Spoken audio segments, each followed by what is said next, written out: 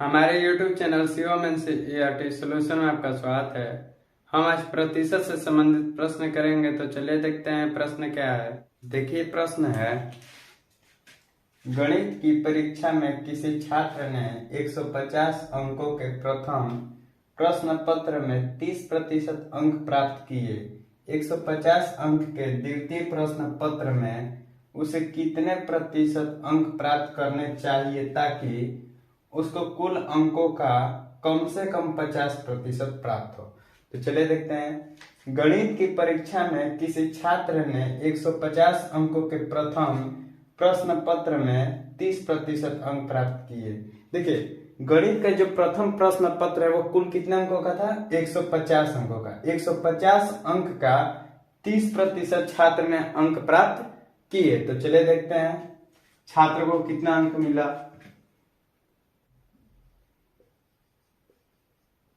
प्रथम प्रश्न पत्र में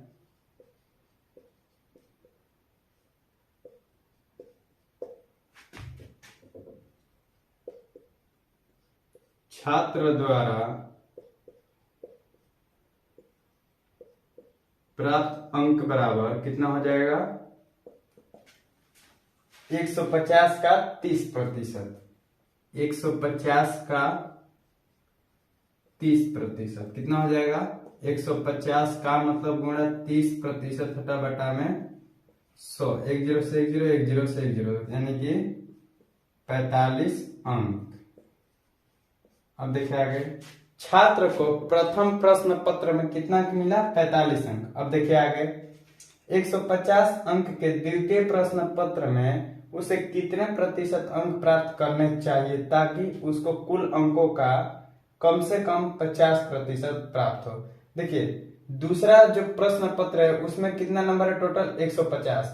150 का उसे कितना प्रतिशत प्राप्त करना चाहिए ताकि कुल अंकों का 50% प्राप्त हो। तो चलिए देखते हैं।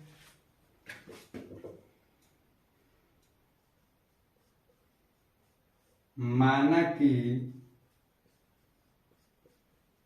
छात्र ने द्वितीय प्रश्न पत्र में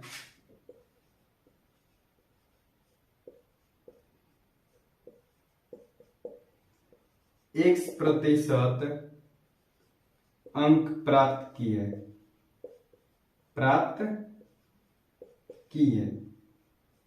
देखिए मान लीजिए कि द्वितीय प्रश्न पत्र में छात्र ने कितने प्रतिशत अंक प्राप्त किए? X%।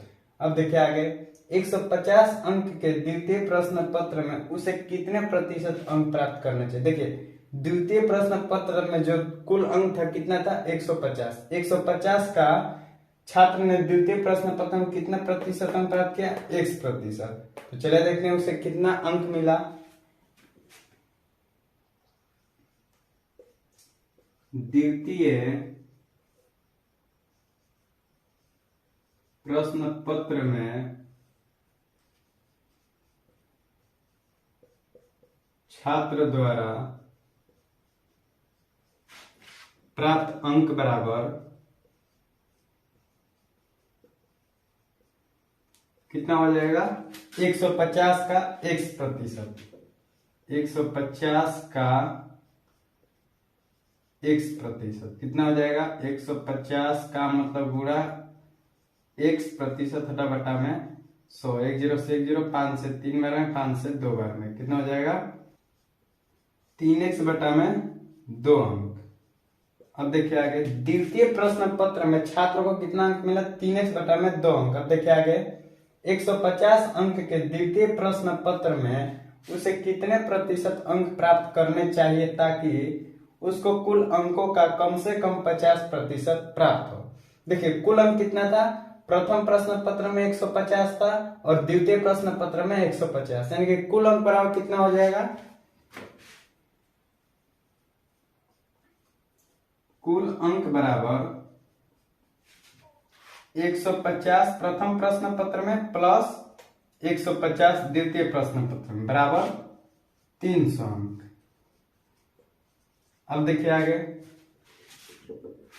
उसको कुल अंकों का कम से कम 50% प्राप्त हो। कुल अंक कितना है 300। 300 का 50% प्राप्त होना चाहिए उसको। तो 300 का 50% कितना हो जाएगा 300 का मतलब गुना 50% बटा में 100। 1 0 से 1 0, 1 0 से 1 0, यानी कि 150 अंक। यानी कि प्रथम प्रश्न पत्र में कितना अंक प्राप्त किया 45 अंक, और द्वितीय प्रश्न पत्र में कितना अंक प्राप्त किया 3x बटा में 2 अंक। यानी कि दोनों को जोड़ा जाएगा तो कितने के बराबर होना चाहिए 150 अंक, क्योंकि प्रश्न में बोला जा रहा है कि प्रथम प्रश्न पत्र में 30% अंक प्राप्त किया और द्वितीय प्रश्न पत्र में कितना प्रतिशत अंक प्राप्त करे ताकि कुल अंकों का उसको 50% प्राप्त हो। यानी कि दोनों अंक जोड़ा जाएगा तो कितने अंकों के बराबर होना चाहिए 50% अंक के बराबर होना चाहिए। 50% का मान कितना आ गया 150 अंक। यानी कि दोनों अंकों को जब जोड़ेंगे तो किसके बराबर होगा 150 अंक के। तो चलिए देखते हैं आगे। देखिए 45 प्लस 3x बटा में 2 बराबर कितने को होगा 150 अंक। अब देखिए आगे, या 3x बटा में 2, 3x बटा में 2 बराबर 150। 45 इधर प्लस में इधर आएगा तो माइनस में -45, या 3x बटा में 2 बराबर कितना हो जाएगा 105। अब देखिए आगे, या 3x बराबर कितना हो जाएगा 105 गुणे 2, क्योंकि 2 इधर भागा में इधर आएगा तो गुना में, या x बराबर कितना हो जाएगा 150 गुणे 2 बटा में 3। 3 से ये कटेगा 35 बार में, तो कितना हो, अतः x बराबर कितना हो जाएगा 35 दूनी के 70। देखिए x क्या माने थे, माना कि छात्र ने द्वितीय प्रश्न पत्र में कितना प्रतिशत x% अंक प्राप्त किया, यानी कि x का मान कितना आ गया 70। यानी कि द्वितीय प्रश्न पत्र में छात्र ने कितना प्रतिशत अंक प्राप्त किया 70%। ये हो जाएगा 70%, क्योंकि x का आगे प्रतिशत है तो x का मान आ गया 70, x की जगह अगर रखेंगे 70 तो हो जाएगा 70%। ये हो जाएगा आंसर। यानी कि छात्र को द्वितीय प्रश्न पत्र में कितना अंक मिला 70%, और प्रश्न में क्या पूछा जा रहा है 150 अंक के द्वितीय प्रश्न पत्र में उसे कितने प्रतिशत अंक प्राप्त करने चाहिए।